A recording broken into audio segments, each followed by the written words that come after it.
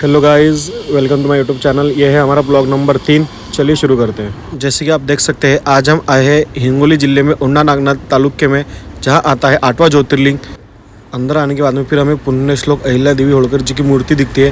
मूर्ति को नमन करते हैं और आगे बढ़ते हैं। अंदर आने के बाद में फिर हमें पश्चिम गेट दिखता है। पश्चिम गेट का जो नाम होता है वो संत शिरोमणि श्री नामदेव जी महाराज के ऊपर रखा गया है। और आगे जाने के बाद में फिर हमें कुछ लोग बाहर आते हुए दिखते हैं। फिर हम थोड़ा आगे जाते हैं, फिर हमें एक आंटी मिलते हैं। हम उस आंटी से पूछते हैं कि हमें दर्शन के लाइन में लगना है। फिर वो हमें बताती है, तो फिर हम दर्शन के लाइन में लगते हैं।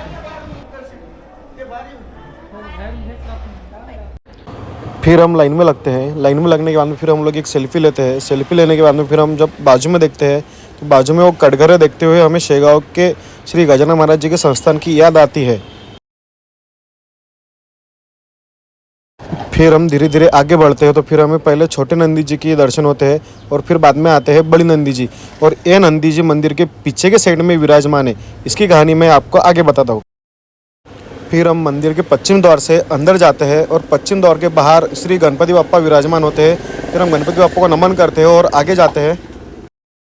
आगे आने के बाद में फिर हम इस मंदिर को देखते हैं। यह मंदिर बहुत प्राचीन है। लगभग ये 5,500 साल पुराना मंदिर है। और यह इस मंदिर की कलाकृति जो है ना, इस कलाकृति को हेमाड़पंथी वास्तुकला में बनाया गया है। जैसे कि आप देख ही सकते हैं, देखिए।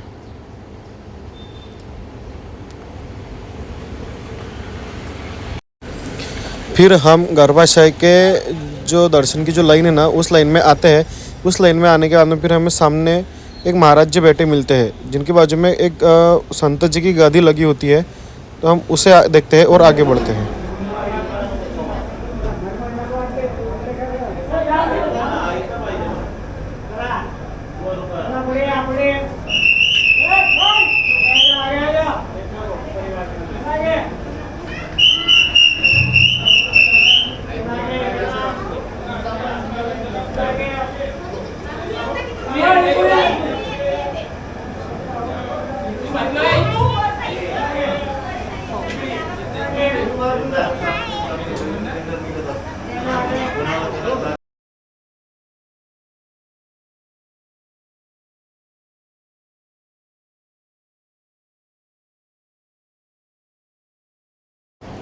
गर्भाशय में उतरने के बाद में सामने कुछ लोग पूजा कर रहे होते हैं और नागेश्वर महाराज जी का अभिषेक भी चल रहा होता है। वो देखिए, सामने आप नागेश्वर महाराज जी के दर्शन कर सकते हैं।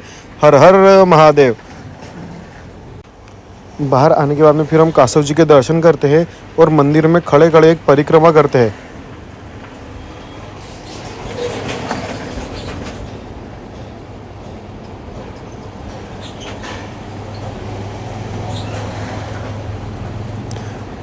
परिक्रमा होने के बाद में फिर हम मंदिर के बाहर आते हैं। गर्भाशय से बाहर आने के बाद हम अब इस मंदिर की एक प्रदक्षिणा मारेंगे और साथ ही साथ मैं आपको इस मंदिर के इतिहास के बारे में भी बहुत कुछ बताऊंगा।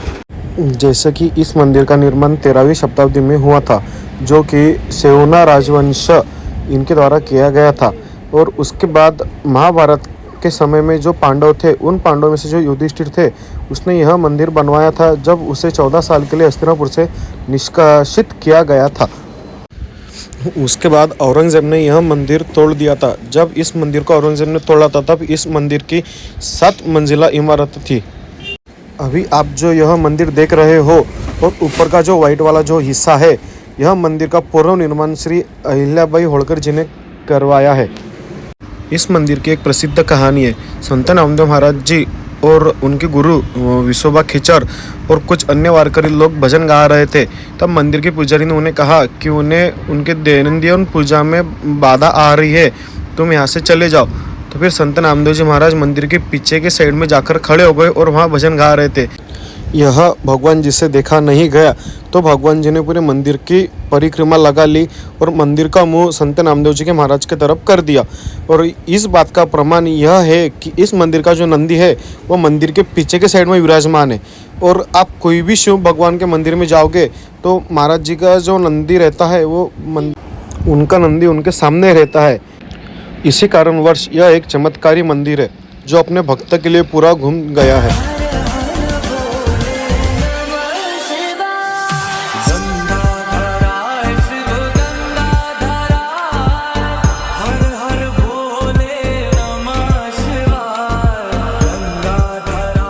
उसके बाद आप जैसे कि सामने देख सकते हो, यह एक रथ है और यह रथ श्री नामदेव जी महाराज का है। इस रथ में महाशिवरात्रि के बाद में स्वयं भगवान विराजमान होते हैं और इस गांव के पूरी मंडली यह रथ को खींचती है और पूरे मंदिर की परिक्रमा लगाती है।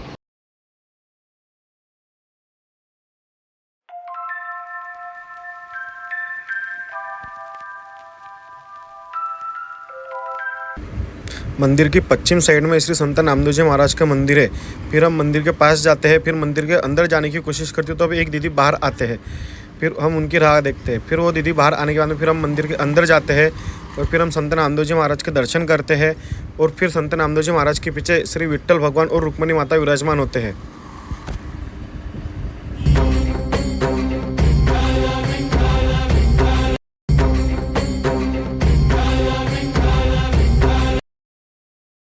फिर हम मंदिर से बाहर आते हैं और मंदिर के बाहर एक बहुत ही सुंदर लेक होता है और वहाँ बहुत शांति होती है। फिर हम लोग वहाँ थोड़ी देर बैठते हैं, थोड़ा रेस्ट करते हैं और फिर घर की तरफ निकलते हैं।